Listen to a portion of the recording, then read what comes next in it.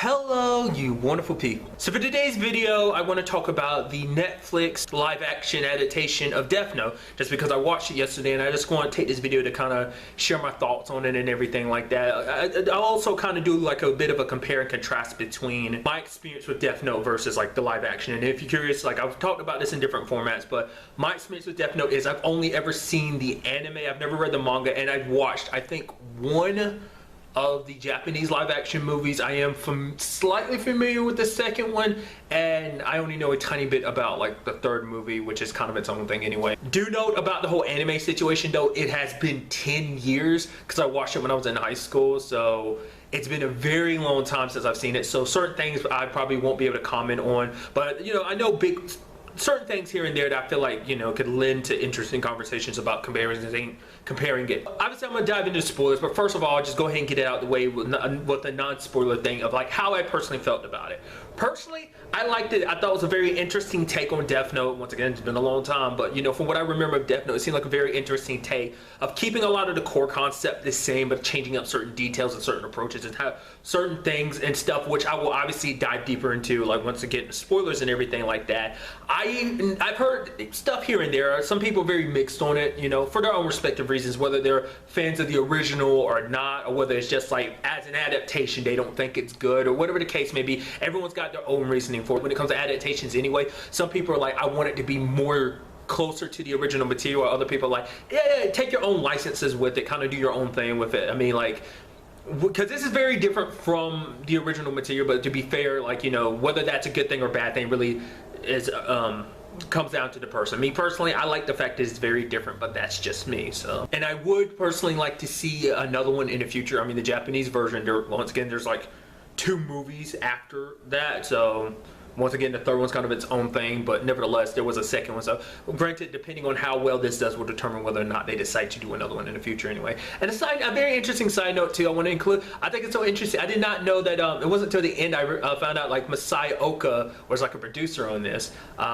He also popped up in the episode. I thought he was going like be in it for a while, but it's like no, only when L was in Japan for a while that happened. But nevertheless, if you're unfamiliar with Masai Oka, he's most well known for playing Hiro Nakamura from the TV show Heroes. So, but like I said, that's it to the non-spoiler stuff. Obviously, going forward, I will be talking heavily about spoilers. So if you have not seen the movie, do not watch this video. If you want to, you can go watch the movie, then come back and watch this, or you can just go watch the movie and then not watch this video, or you could do neither, you know, or both, whichever one, you know, fits you. Like, you know, whatever you decide, it's fine by me. Obviously, the first thing I want to talk about, obviously, like, you know, want to bring up comparisons and contrast between this and like the anime, for example, once again, because that's the one I'm most familiar with.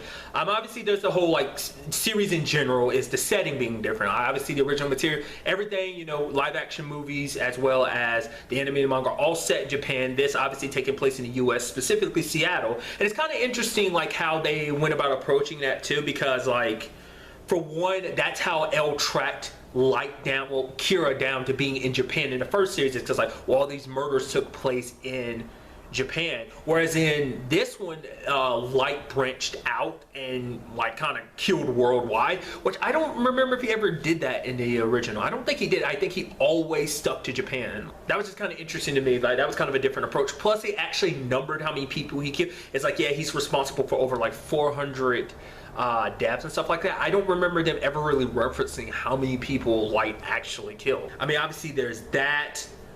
Certain aspects never popped up in this movie. Granted, once again, like if they did a future one, I don't know if that's an element they would bring up or not. It's the Shinigami eyes, because the only Shinigami that actually popped up in this series was Ryuk. And to my recollection, I don't even think Ryuk had red eyes, did he? His eyes were very, like, the focus of his eyes was always kind of the yellow, so I don't even think that's a thing even amongst the Shinigami, because it's nothing that he ever brought up. But that was kind of, diving into it, kind of, I'm already, like, all over the place, so I do apologize. I should have brought that up from the very beginning that I would be. Is the fact is that Ryuk is not helpful at all to Light. He was never really, like, helpful to Light in the anime, but for at least, like, like he was like, oh, this is all fun and games. Like he threw his Death Note into the human realm for the purpose of someone picking it up to kind of see what would happen. It was kind of a big experiment for Ryuk. Like, oh, I think this will be fun and interesting. And this Ryuk is kind of doing his own thing. Like, yeah, it's still a game, but for him, he makes moves without Light. Like for him, he actually participates and he's like, oh, Light, you should do this, do that. And this, he actually kind of is like, oh, you did that? That's kind of stupid. I mean, granted, he never directly interferes, but he objects to a lot of stuff Light does, and it's kind of like he's like, oh, Light should use the Death Note this way. He's the one that kind of pushes Light to go, oh, you should do this, you should do that. It's like, no, like Light did everything on his own. Like, in fact, Light used the Death Note himself before Ryuk popped up. It wasn't until after Light used the Death Note that Ryuk popped up. And in this, Ryuk comes to him first and it's like, hey, use his Death Note, try it out. So, I mean, along those same lines, like kind of a big difference, like obviously compared to the anime to this, is like this got super bloody. It's actually kind of interesting too because Light only killed, well, Light, because we ended up finding out it was Mia, but only one person in the entire series died from a heart attack, because that was a big thing about, I mean, granted that we know of, that we actively know that Light killed only one person, just wrote their name in, and he died of a heart attack. Everyone else, most of the people, he got specific with how they died. So it's just kind of interesting that was kind of the focus. Like, Light just started off by just writing people's names and then slowly started kind of creating more situations around them dying. Like I said, when I was talking about the trailer originally, it's kind of interesting. The fact is that it has like an almost Final Destination vibe to it. Like, all these circumstances, this plays out like this to lead to this person's death in this particular way. Like that bully at the beginning, like getting his head knocked off by a ladder because it was decapitation. Once again, been a long time, so I don't remember the deaths necessarily playing out exactly like that. But then again, in retrospect, it's like now I'm sitting here thinking about it, there were some that did kind of play out like that. So I just feel like they played it up a lot more in the movie to my, but nevertheless, moving on. Also, another element that I kind of talked about in the trailer that I can comment on again is the fact of how the Death Note looks. Because in your anime, like the Death Note looked like any just a regular old notebook, but it is, obviously it has like a leather front to it, but like the pages look weathered and old, like it's some kind of ancient text. And I just thought that was kind of an interesting design for a Death Note. And I also thought it was kind of interesting that it was kind of something that's specifically tied to this version, is the fact is that there was someone who actually had the Death Note before Light. Light was the first one to get, like, I don't know, like, I don't remember in the context of things like whether Light was the first one to actually get his Death Note, because I know, like, did Misa get hers, like, after, like, probably sometime after Light got his, Misa got hers, not unless she had her own before Light did. But it's like, in the context of the story, Light was the first one to get it. But in this story, it's like, no, someone actually had it beforehand. And Ryuk's always talking about like, oh, I can't wait to give it to the next person. If you're done with it, just give me the notebook and I'm gonna find a new owner who can kind of do whatever they want to it. And it's such an interesting perspective on that, because I never really remember Ryuk ever really getting on Light about like, you know what, I don't like the way you're doing things, you're boring, I'm a pass. Like, he always found what Light did kind of exciting. So it's like, oh man, I can't wait to see how this all plays out. But it's like, because Light wouldn't do things he wanted him to, then Ryuk was just kind of like, I'm passing on to the next person. And the moment I'm passing on to the moment I get the notebook back, your name's the first one I'm writing down. So I thought that was just kind of interesting. Even to the point that someone had written in the notebook, it's like,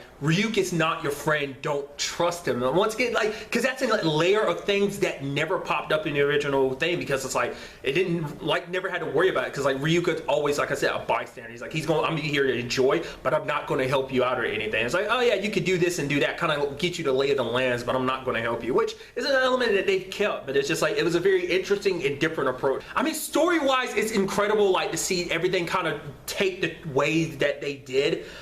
For example, like making Light not willing to kill innocent people, which is very different from Light. Like I said, like, it's so interesting. They almost like made Light in this very sympathetic, because you find out the storyline about his mom being murdered, like her dying, and the guy who did it, like, who's a mob boss, is getting away with it. So that was kind of interesting. I think that's kind of give him motivation as to why he's kind of like, screw all these bad people, him being bullied and stuff, like him dealing with that bully at the beginning of the episode. Not necessarily that guy was specifically bullying him, but he was just kind of a piece of crap to everybody. So all this stuff motivating Light to kind of like be more so like, man, there's scummy people out there, we need to protect these people. These people aren't sheep, they're people that need to be protected. And so that was just kind of interesting to me. But the fact, going back to it, like, Light wasn't willing to kill the cops when Ryuk was saying they should, when Mia was saying they should. He's like, no, they're innocent people, we're not going to kill innocent people, we're only here for bad guys. But when you think about like all Light did in the anime, it's like all he did was use and manipulate people, no matter who you were you innocent or not. As long as he could use you, he was fine with it. And I thought that was such a interesting, like I said, it put Light in this series, and I feel like it made you a lot more sympathetic to his goals, ends, and ambitions. Whereas the original Light was just kind of like, and it's something I kind of touched on when I did a hero or villain. Like, it's hard to really say where Light fell into that. I don't feel like, yes, that's still debatable in this, but not to the same degree that it was like comparing him to the other material, And I thought that was such an interesting take on the character to make him not want to cross that line unless 100% necessary. Because even amongst everyone, the only person he wanted to take out was L, because L was such an issue. That was always the thing.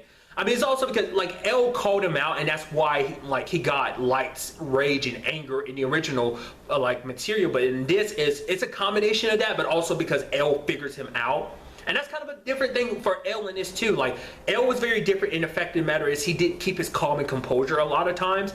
And the fact is he was a lot more hands-on. He popped up at a crime scene. Like, I feel like it was a good couple episodes before you really got to see L out and about. Because a lot of times he's indoors when he's handling a lot of things behind the situation. And there's also another thing I brought up in the trailer I thought was kind of interesting is the fact is that he hid so much of his identity. When it came to the first public conference, it was actually in person himself. Granted, Light didn't have his name, so he couldn't do anything about it, but it was also like, because in the original it's like he had a guy stand in for him. Light wrote that dude's name down and killed him, and that's how L was like, oh, so apparently you can kill anyone, but you need the name. I don't see you killing me. And that kind of plays a role too, because it's like L's like, I'm in this adaptation, it's like L's like, I'm here. Oh wait, the fact that you haven't killed me yet means there's a limit to your power, that you are in fact just a man, that you are not omnipotent. So you know, different approaches to kind of get the same result, and you know, interesting across all fronts. But kind of going back to it, it's like after what happened with Tari, like L really lost it on many different occasions. When Watari went missing, when he found out about Watari dying, like he confronted Light in a way he had never done it before. Because kind of going back to what I was saying about being very different, it's like L never, like in the original material, would have ever confronted Light the way he did. Yes, he was always suspicious of Light, and that's what always played into the cat and mouse aspect of the game for them. Is the fact is that L was always suspicious of Light, but he can never, L never acted on anything, and that was always like, that was ultimately his downfall, is that he never acted upon his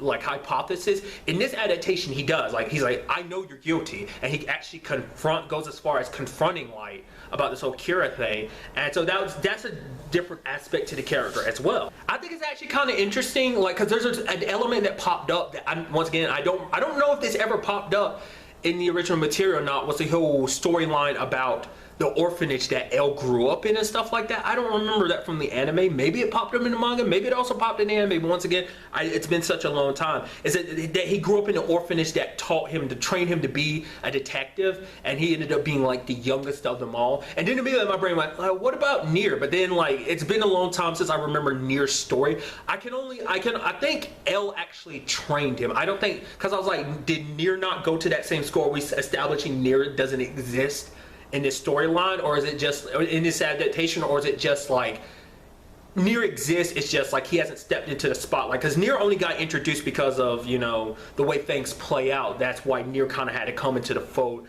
and, you know, take over the case and everything, which I guess arguably I'm spoiling this, because I before I even really got started, I never thought about, oh yeah, I might be spoiling this for someone who might have only ever seen the movie, which, I mean, granted, at the way it's going, it's very different from the anime or the manga anyway. I mean, to be fair, like the second Japanese movie was very different from the anime anyway, so I will give it to Light in this movie kind of bouncing back. It's like how everything played out at the end, like the whole Ferris wheel situation. I thought that was pretty good, kind of showing you that there is that part of Light in this too, that he is very tactful, that he has thought things through. I mean, granted, he made slip-ups here and there when he kind of mentioned like the calculus book to L at the end. But I thought that was so interesting that, like, it's like that was one, because like I feel like throughout the movie you never really got to see that calculated aspect of Light. You kind of got to see at the beginning he's kind of a smart kid, and he's a bit of a smart ass too, and I guess that's an aspect that can only be applied to him here in the US just because of what Japanese culture is, like being a smart ass like that, being kind of the top scholar student he is, like being smart like he is, you wouldn't see that aspect to him in like a Japanese version, and whether it's the live action or the anime. I feel like maybe there's aspects of it you would be able to see that, but I feel like for who his character is and the culture of Japan, you wouldn't have been able to see a smart ass like him being like, oh wait, you're asking me about the papers and stuff, even though I just got punched in the face. Like, shouldn't we be focusing on that?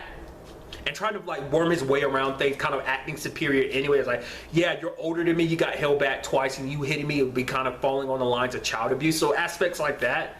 So I feel like the end result was the way he kind of planned everything out with the Death Note. That was kind of, I was actually surprised. I was like, how did you get the Death Note back during, like, after all of that? But then at the end, obviously, he kind of explains how everything works. I was like, now that's interesting. That's kind of the light that you're used to, the one who makes these long, calculated plans and writes everything out. And the fact of the matter is, he was under pressure when he wrote that, too, because the cops were coming after him. So it's kind of, you know, kind of showing you, even under pressure, he was able to he didn't want things to kind of end the way they did with Mia. Which kind of going on that, too, is like, Mia is very different from Misa. And the fact of the matter is, on many different levels, Misa didn't meet Light until after he had become Kira. In this, like, they kind of came up with Kira them together. They worked together. They kind of like, there was like this mutual relationship, whereas in the like anime it wasn't like that at all, because for Light, Misa was just a tool. Like, for one, she had the Shinigami eyes, so that way he wouldn't have to use his own lifespan to like get the Shinigami eyes. He already had her on his side to do it anyway. But she already had the Shinigami eyes at the time they met anyway. But also she was a fan of Kira, and that's why she worshipped him and loved him.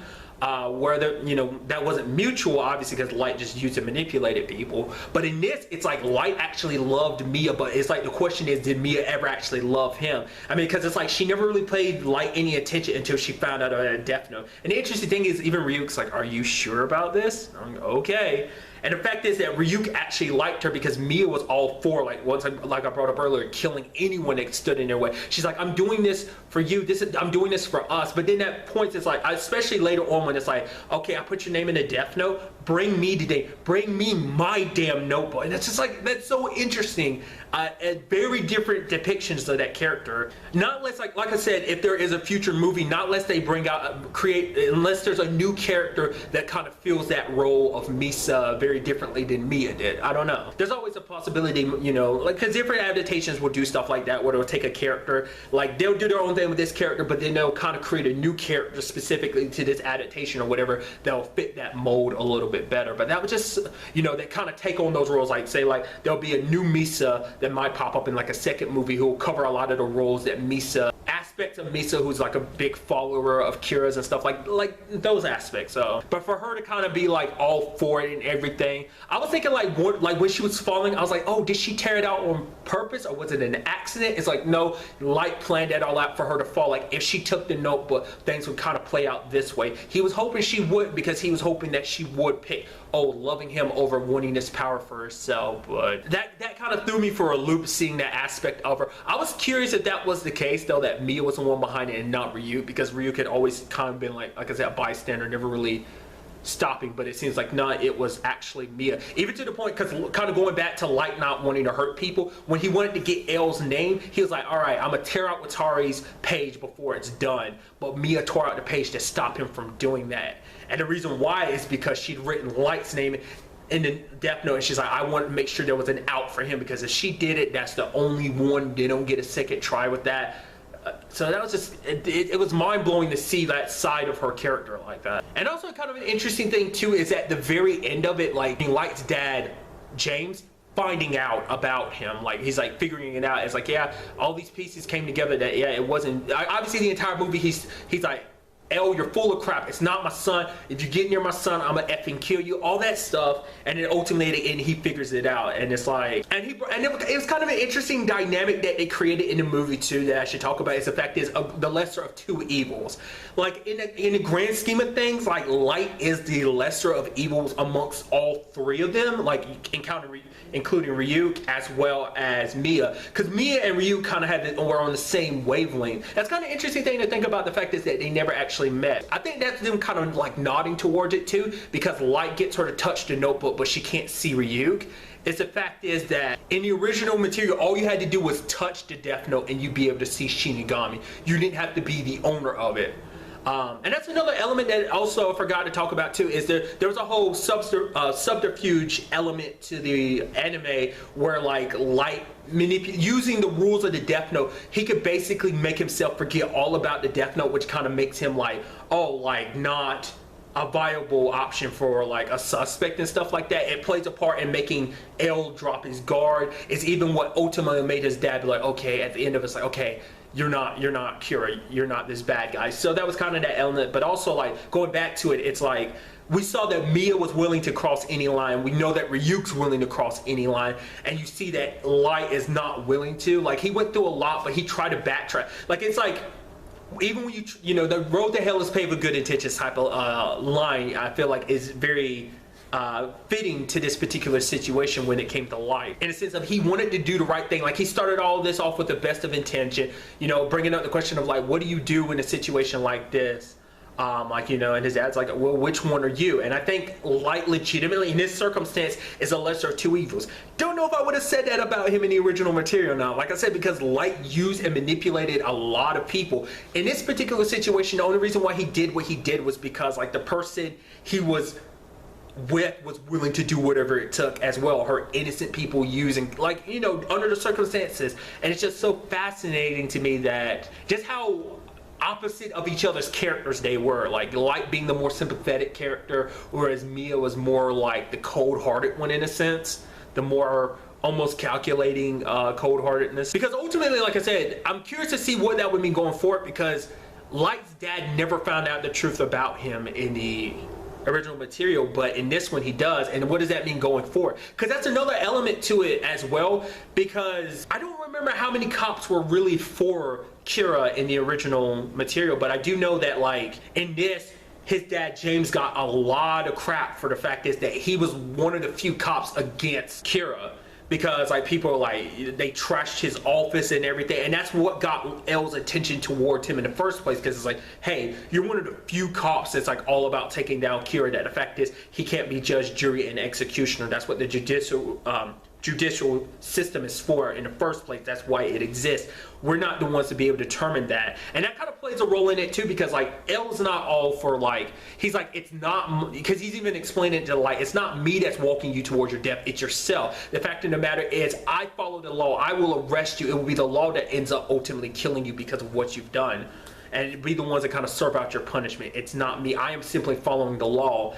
And to the point, he even brought up the fact that he never carried around a gun because it was very distracting to him. And even when he got a page at the end, he wanted to write Light's name down, but he didn't. But you also have Ryuk kind of laughing, and he's like, oh, you humans are interesting. So I'm sure it's a combination of Mia's action, Light's actions, and probably seeing that L ended up getting a page of the Death Note but didn't act upon it. So I'm very curious to see what he would ultimately do with that, you know. So like I said, I'm very vaguely familiar with the second Japanese Death Note movie, but I definitely remember the ending. I know the ending to it because it's like very different from the original material, but nevertheless. So I mean, yeah, ultimately that's all my thoughts about it. I mean, I'd love to know your thoughts about everything, whether you liked it or not. Let me know your thoughts about everything in the comments down below.